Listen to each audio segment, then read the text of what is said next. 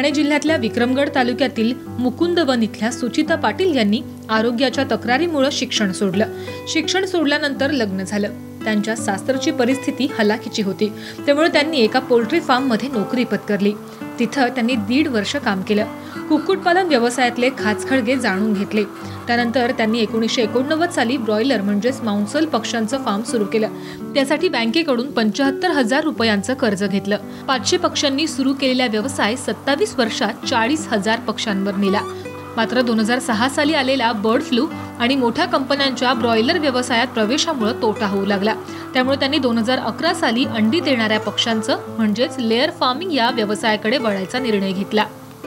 25 ते 27 वर्ष मी broiler farming केलं। त्या ब्रॉयलर फार्म पूर्ण त्या ह्याच्यात मला त्या पिरियडमध्ये जवळजवळ मला खूप चढ उतार बघायला मिळाले।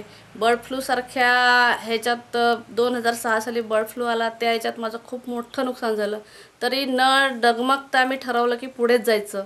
अशा परिस्थितीत मी लेअर फार्मिंगकडे वळायचं ठरवलं। लेअर फार्मिंगची तेवढीशी माहिती नसल्यामुळे मी हैदराबादला त्यांचं एक्झिबिशन बघितलं, तेव्हा मला कळलं की ठीक आहे, चांगलं आहे। त्यानंतर मी 27 वर्ष ब्रॉयलर फार्मिंग करून आता 2 वर्ष झाली मी लेअर फार्मिंग करते। ब्रॉयलर फार्मिंगमध्ये ज्या मोठ्या मोठ्या कंपन्या आल्या मार्केटिंगला, त्यांच्यापुढे टिकाव करणे दुरापस्त होत गेलं आणि नुकसान वाढतच गेलं। त्यामुळे गेल्या 2 वर्षापूर्वी आम्ही असा एक निर्णय घेतला की आपण लेअर फार्मिंग करू। आणि व्यंकटेश्वर हॅचरीकडनं आम्ही BV300 नावाचे ते पक्षी आहेत, जे सगळ्यात जास्त अंडी देतात। वर्षाकाठी 230 अंड्यापर्यंत त्यांची मजल जाते। असे पक्षी आम्ही खरेदी करून सध्या लेअर फार्मिंग करत आहोत। आणि ह्या लेअर फार्मिंगमुळे माझ्या संसाराला खूपच मोठा आधार प्राप्त झाला आहे, जेणेकरून आमचा संसार आज सुखाने समाधानाने चालू आहे। ब्रॉयलर फार्मिंगच्या जागेतच लेअर फार्मिंगचा व्यवसाय सुरू करण्याचा निर्णय सुचिता पाटील यांनी घेतला। त्यानंतर त्यांनी लेअर फार्मिंग या व्यवसायाची संपूर्ण माहिती घेतली। त्यानंतर त्यांनी 164 रुपये प्रति पक्षी या दरानं पुणे इथून 5,500 पक्षी आणले। या पक्ष्यांसाठी 210 बाय 30 या आकाराचा आधी उभारलेला शेड उपयोगात आणला। त्यानंतर 3 पक्ष्यांसाठी 14 बाय 14 या आकाराच्या पिंजऱ्याची निर्मिती केली। पक्ष्यांना खाद्य खाण्यासाठी प्लास्टिकची पन्हाळी बसवली, तर स्वच्छ पाण्यासाठी निपल्सची व्यवस्था केली। यासाठी एकूण 15 लाख रुपयांचा खर्च आला। लेअर फार्मिंगसाठी मी ब्रॉयलर फार्मचाच वापर करायचं ठरवलं आणि माझ्याकडे 210 बाय 30चा एक शेड होता। त्यामध्ये मी केजेस बनवले। केजेस जवळजवळ त्या शेडमध्ये 5,500 पक्ष्यांचे केजेस झाले। प्रति पक्षी 3 पक्ष्यांसाठी 1 केजेस। त्यासाठी मला प्रति पक्षी 120 रुपये खर्च आला। त्याच्यात निपल सिस्टीम पण मी त्याच्यातच करून घेतलेली आहे। ते पूर्ण जवळजवळ केजेसचा आणि निपलचा खर्च जवळजवळ मला 6.25 ते 7 लाख रुपये आला। त्याच्यानंतर पक्षी मी Venkateshwara hatcheries private limited Pune ह्यांच्याकडून ते पुलेट्स म्हणून घेतले। पुलेट्स म्हणजे ते 15 आठवड्याचे पक्षी वाढवून देतात आम्हाला।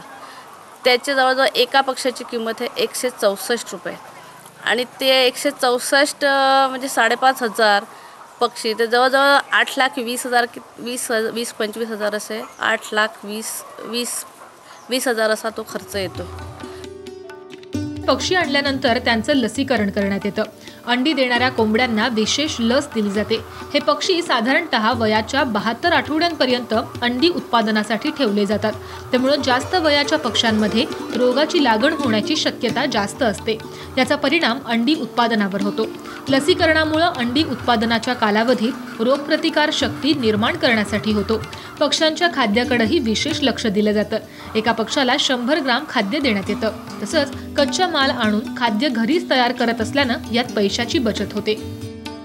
15 आठवड्याचे पक्षी आल्यानंतर आम्हाला 1 आठवड्याने एक किल्ड वॅक्सिन करावी लागते, किल्ड वॅक्सिन म्हणून। त्या वॅक्सिनने त्यांची रोगप्रतिकार शक्ती वाढते। ते वॅक्सिन झाल्यानंतर प्रत्येकी 2-2 महिन्यात आम्हाला लासोटा म्हणून एक वॅक्सिन असते, ती करावी लागते। ती वॅक्सिन झाल्यानंतर आपलं प्रत्येक आठवड्याला व्हिटॅमिन्स, कॅल्शियम हे काही मिनरल्स मिक्सचर असे असतात, ते आम्ही मधून त्यांना देत राहतो। त्याच्यानंतर मग फीड म्हणजे खाद्य आहे ते बाहेरून घेतलं तर ते आम्हाला 19 रुपये पडतं आणि घरी जर आम्ही बनवलं तर ते आम्हाला 18 रुपये पडतं। 1 रुपया वाचतो म्हणून मग आम्ही रॉ मटेरियल आणून इथं स्वतः ग्राइंडिंग करतो. ते रॉ मटेरियल म्हणजे सोयाबीन असतं, मक्का असतो, DRB असतं आणि सेल ग्रेड असतं. मग त्याच्यातून protein level, energy level, calcium हे ते सगळं बरोबर हे करून आणि मग ते आम्हाला त्यांना मिक्सिंग करून रोजचं एक पक्षाला 100 ग्रॅम असं खाद्य मोजून द्यावं लागतं. ते सकाळी आम्ही 100 ग्रॅम खाद्य टाकलं की ते दुसऱ्या दिवशी सकाळीच टाकावं लागतं. आणि त्याच्यात आमचे 550-600 रुपये ते वाचून जातात. तो प्रॉफिट आम्हाला मग लास्टला मिळून जातो. सुचिता पाटील यांच्याकडे सध्या 5,500 पक्षी आहेत.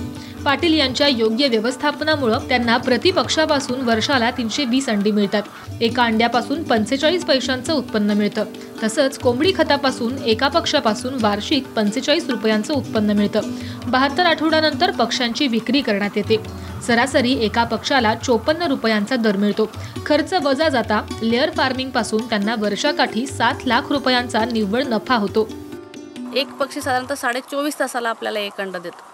असे 320 अंडे असे करून सगळा जर त्यांचा खाद्याचा खर्च, मजूर झाला, त्याच्यानंतर वॅक्सिन झालं, मेडिसिन झालं, हे सगळं देऊन त्यानंतर साधारणतः एका अंड्याला आपल्याला 45 पैसे वाचतात. आणि ते 45 पैसे प्लस आपल्याला त्यांच्या एका मादीपासून जवळजवळ 30 किलो खत मिळतं.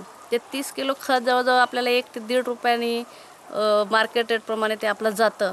त्याचा जवळजवळ 38 ते 40 रुपये आपल्याला प्रॉफिट मिळतो. आणि जी मादी आपल्याला 1 वर्ष अंडी देऊन झाली की नंतर ती मादी विकली जाते, तिचे साधारणतः आपल्याला 50 ते 52 रुपये मिळतात. असा साधारणतः सगळा प्रॉफिट जर आपण बघितला तर 145 ते 47 रुपये आपल्याला एका मादीपासून साधारणतः उत्पन्न मिळतं. 5 ते 7% मॉर्टॅलिटी जाऊन आपल्याकडे साधारणतः 7 ते 7.5 लाख रुपये आपल्याला वर्षाकाठी प्रॉफिट मिळतं. सुचिता पाटील यांनी अत्यंत कष्टानं लेअर फार्मिंगचा व्यवसाय यशस्वी केलाय. अंड्यांची विक्री आणि वितरण त्या स्वतः करतात. घरातली कामं सांभाळून पक्ष्यांना वेळोवेळी खाद्य देतात. महाराष्ट्रातल्या महिलांनी केवळ चूल आणि मूल याच्यात अडकून न पडता लहान प्रमाणात का होईना कुक्कुटपालन व्यवसाय सुरू करावा असा सल्ला त्या देतात.